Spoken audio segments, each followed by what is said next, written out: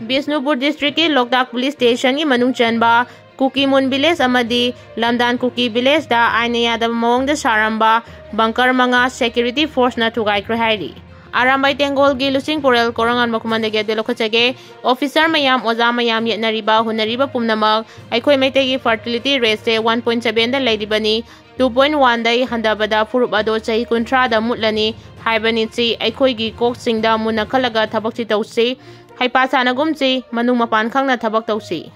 Indiana Kuki terrorist sing thengnaba ngamdaba haibasi angakpani miyoibagi khangba ngambagi pankhai amadi lei pankhai adugi wangmal lankrabadi miyoibana sa olakpada kanana su thingba ngamloi miyoiba haibasi khwaidagi wakhal leitaba pukning wakhal sinaba haiba thawai singi manungda lusingba amani haina singthanaramlabasu sa olakpa mikupta mama mapa machin manau amadi khunaibu masak khanglakte haibasi puwarina adumak takcharabani numit taba leite haina malengi leiba kayada koknonduna ikai khumnaba utpadana tana masa masagi lamphauba pithoktuna loilam leiba oikhibagi wari aikoi khudimangna tanaraba onaraba ngaktani numit taba leite haina riba lairik laisuda Sami Lanmida Kuchukulai da lamba laikhidraba British ka lamba taunabada karichu oikidaba aikhoigi ipaipu singna makhoigi maring jail adubu maya kumhankhibani maitei di kanagi mafamdasu lankidaba yengnaba amatasu thangkidaba kangbuni hendilaklabadi handaba thauna ama lei haibadu madugi khudamni kumja 1891 gi Anglo Manipur war na takli ngasistu aikhoigi ipaipu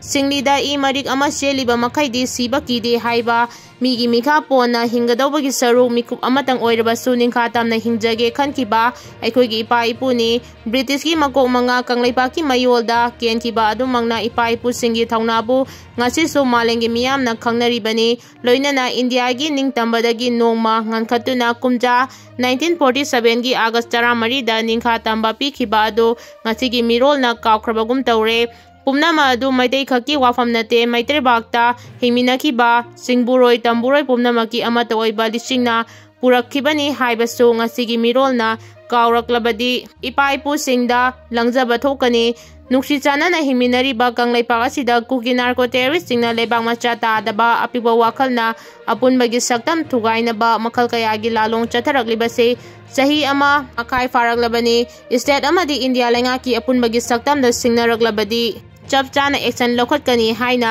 India lengakna tatana lauduna lagli malengi leibak singi manungda super power country ama oiraklani haina laudariba Indiana Kuki narco terrorist sing thengnaba ngamdaba haibasi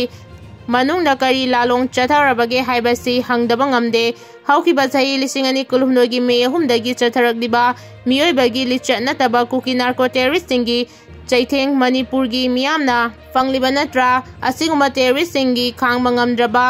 tampakta tariba miyoi singna Kuki singna wakhal tarakpa ngasi sungairibani adubu wakhal tarakpadi lairadana India lengaki mateng lauraga hena nawanglakpa asina maitei singna ngasi di kari phirep laurakadage haiba amlaktre India lengak Manipur lengak amadi Kuki lalhauba singi marakta kumja 2009 dagi chanaragliba su chahi sigi February 18 da matam loikhrabasu amuk hana haukiba October 18 da Home Ministry gi Northeast Advisor AK Mishra amasung Intelligence Bureau gi official tinga round ahumla Kuki zo lalauba singa wari sanaduna review tawkhre haibasi miyamna tabada nokningba ama fawi kangleipakta thokliba irang asi santi hanjilakle haina BJP na luchingba India lengakna toina hairabasu tampakta lairiba sugi camp chingda thamlagani haiba wafam china amu karamba anauba power no June 19 thokibadu ngamkhaigini thawai 19 katkibani asung matong huktaba Kuki Singgi thawongda India lengakna mai yangsingnaba honarekliba asina lamdamasigi apunbagi saktam ngaktuna thamba ngamgani haibagi thajaba miyanda leiraktre Kuki Singgi ningaida aikoi adumak yengduna leirasira Kuki MLA taragi ningai MLA yangkhaina themba ngamgadawribra haibasi mangna taduna leiriba yamnamak maru oiba wahang ama oire haukiba 2019 gi May 3 dagi thoklakliba irang asi tha 12 mapung pharaba phauba loisinba ngamdana leiri center amadi state lengak amasung Kuki Singgi lusingba singa thokliba irang asi loisinama wari sanaba hauramlabasu mai paktana makhatana chathakidre Irang asigi waroisin purokpa ngamdabadagi state asida lairiba BJP na lusingba leingaksu mapangal kanna leitabadagi anoba governor Ajay Kumar Bhala lakraba matung law and order gi phibam kupna yengsinduna oidiba phibam adu center da thaduna state leingak suspended animation thamduna hojik president rule thamle thamlabanina tangai faduna state ki budget hojik chathariba parliament ki budget session da puthokuna pass tawnaba honarakpada maming tagi oiba budget oibada natana mapungda yengbada lairaba amadi irang lairiba state asigi mapung phaba budget oide haiduna parliament ta opposition gi makaidagi wafam kaya putoktuna nauna budget asi semdoknaba wafam kaya fongdokli hirang khudimakta yengbada asimadi phare haiba leitabana maram oiduna state asigi miyam sakhot lambidi lairabana awaba amagi mathangda awabagi polum puba haibadu oigadawribra haibase akhang ahai yauna miyamna fongdoknaribani ꯑꯩꯈꯣꯏꯒꯤ state ꯑꯁꯤ ꯍꯧꯖꯤꯛ ꯀꯔꯝꯕ ꯐꯤꯚꯝꯗ ꯂꯥꯛꯀꯅꯤ ꯍꯥꯏꯕꯁꯤ ꯇꯝꯕ ꯉꯝꯗꯕ ꯑꯃ ꯑꯣꯏꯔꯤ ꯃꯔꯝ ꯑꯗꯨꯅ ꯁꯦꯟꯇꯔꯅ ꯃꯅꯤꯄꯨꯔꯕꯨ ꯇꯁꯦꯡꯅ ꯅꯨꯡꯁꯤꯕ ꯑꯣꯏꯔꯕꯗꯤ ꯆꯥꯎꯈꯠ ꯂꯝꯕꯤꯗ ꯆꯤꯡꯈꯠꯄ ꯍꯥꯏꯕꯁꯤ ꯌꯥꯝꯅ ꯂꯥꯏꯕ ꯊꯕꯛ ꯉꯥꯛꯇꯅꯤ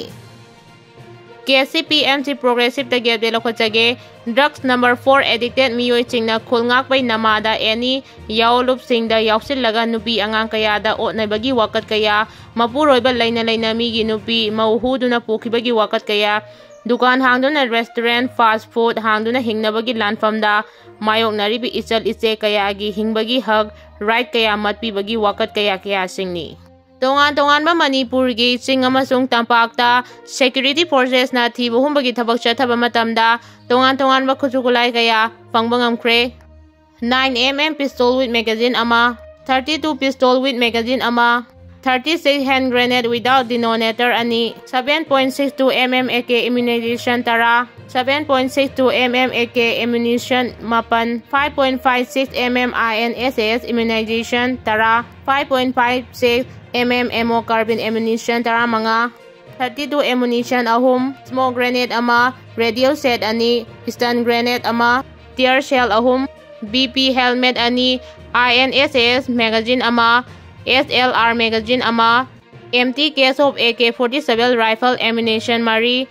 empty case of INSS rifle ammunition ahum empty case of SLR ammunition ama fangbang ngamkhre hairi khulai sing asi lairangkiba mafam singna Haikru Makhong village Abaisoi village amadi Haingangkhong area Imphal East district ki Haingang police station ki manung chanbadane hairi